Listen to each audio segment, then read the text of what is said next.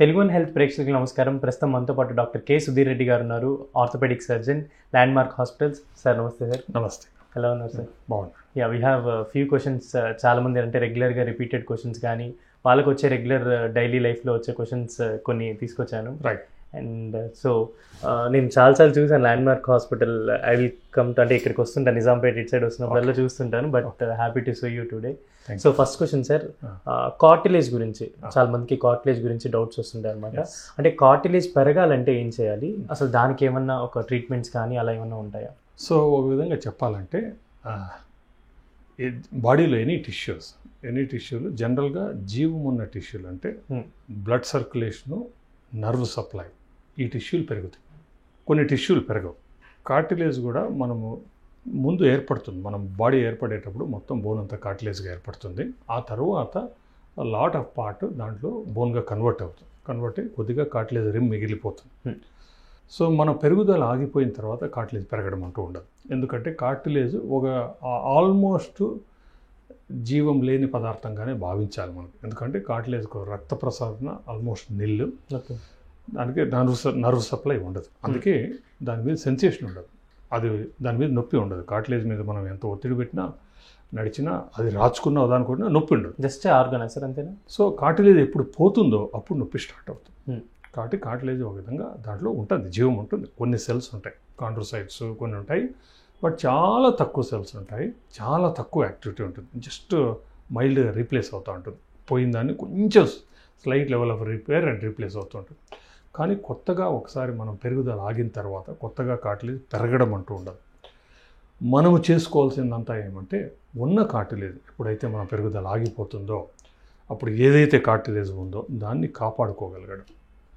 Cartilage పెరగడం అనే మనకు ఆలోచన, ఎవరికైనా కోరిక సహజము.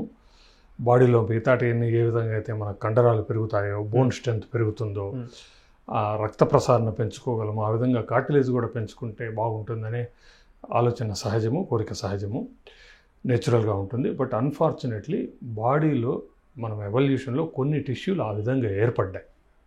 ఎందుకంటే వాటి స్పెసిఫిక్ ఫంక్షన్స్ ఆ విధంగా అవసరం కాబట్టి కార్టిలేజ్ పెంచుకోవడం కష్టము. ఉన్నదాన్ని స్ట్రెంగ్తెన్ చేసుకోగలం బాగా. సో స్ట్రెంగ్తెన్ కూడా ఎలా చేసుకోవాలి అంటే, ఇప్పుడు ఏదైనా బాడీలో ఎనీ టిష్యూ, ఇప్పుడు మన కండరం అనుకోండి, మనం ఉపయోగించలేదనుకోండి, కండరం ఉపయోగించుకోతే కొద్ది రోజులు వీక్ అయిపోతుంది కండరం. బోను మనం ఎక్కువ రోజులు బెడ్ రెస్ట్ మీద పనుకొని ఉన్నాం, సరిగ్గా తిరగడం, బోను వీక్ అవుతుంది, ఆస్టియోపోరోసిస్. అదేవిధంగా కార్టిలేజ్ మీద కూడా ఒక లో ఇంపాక్ట్ ఎక్సర్సైజ్ ఉండాలి, దానికి మూవ్మెంట్ ఎక్సర్సైజ్ ఉండాలి. ఇప్పుడు మనము ఒకరోజు పనుకొని ఉన్నాం అనుకోండి, మార్నింగ్ లేస్తానే జాయింట్లు నొప్పి అనిపిస్తాయి, బిగుసుకుపోయినట్టు అనిపిస్తాయి. ఎందుకంటే మూమెంట్ లేకపోవడం వల్ల కార్టిలేజ్కు పోషక పదార్థం వచ్చి సైనోవియల్ ఫ్లూయిడ్ అంటాం. దానికి ఆహారం కానీ న్యూట్రియంట్స్ కానీ అన్నీ అందే. బ్లడ్, నేను ఇంతకుముందు చెప్పాను, బ్లడ్ సర్క్యులేషన్ దానికి ఆల్మోస్ట్ నిల్.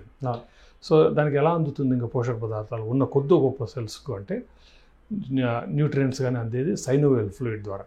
ఫ్లూయిడ్, ఆ సైనోవియల్ ఫ్లూయిడ్ ప్రొడ్యూస్ అయ్యేది మూమెంట్ ఉన్నప్పుడు కీలు. అందుకే మనము ఫస్ట్ కొంచెం మూవ్ చేసిన తర్వాత ఫ్రీగా అనిపిస్తుంది. పొద్దున్న లేస్తానే స్టిఫ్గా ఉంటాయి, కొంచెం మూవ్ అయిన తర్వాత ఫ్లూయిడ్ ప్రొడ్యూస్ అవుతుంది. అలాగే ఆ ఫ్లూయిడ్ కార్టిలేజ్లో పోవడం ఎలాగంటే, మనము నడిచినప్పుడు కార్టిలేజ్ ఒక విధంగా చెప్పాలంటే స్పాంజ్ మాదిరి ఉంటుంది. దాని మీద బరువు పడినప్పుడు ఫ్లూయిడ్ దాని నుంచి బయటకు వస్తుంది, స్క్వీజ్ అయ్యి, మళ్ళీ కాలు ఎత్తినప్పుడు దానిలోకి వెళ్తుంది. సో లోపలికి పోవడము రావడం జరుగుతుంది. సో ఆ విధంగా న్యూట్రియంట్స్ దానికి వెళ్తాయి. అందుకే మనము ఒక 5 నిమిషాలు 10 నిమిషాలు తిరిగిన తర్వాత బెటర్గా అనిపిస్తుంది ఒక. సో రెగ్యులర్ వాకింగ్, లో ఇంపాక్ట్ ఎక్సర్సైజ్, వాకింగ్ కావచ్చు, ఏదన్నా ట్రెడ్మిల్ కావచ్చు, స్విమ్మింగ్ కావచ్చు, సైక్లింగ్ కావచ్చు, క్రాస్ ట్రైనర్ కావచ్చు, యోగా కావచ్చు, ఇలాంటి మూమెంటు నడక ఉన్నప్పుడు కార్టిలేజ్కు ఎక్కువ పోషక పదార్థాలు, సైనోవియల్ ఫ్లూయిడ్ ద్రవిస్తుంది, ఎక్కువ పోషక పదార్థాలు అందుతాయి, స్ట్రాంగ్గా తయారవుతుంది. నేను అన్నట్టు కొన్ని సెల్స్ ఉంటాయి, మరీ జీవం లేని పదార్థం కాదు. సో కొంచెం రీజనరేట్ అయ్యే అవకాశం ఉంది, కానీ ఎక్కువ పెరిగే అవకాశం లేదు. Okay sir, thank you.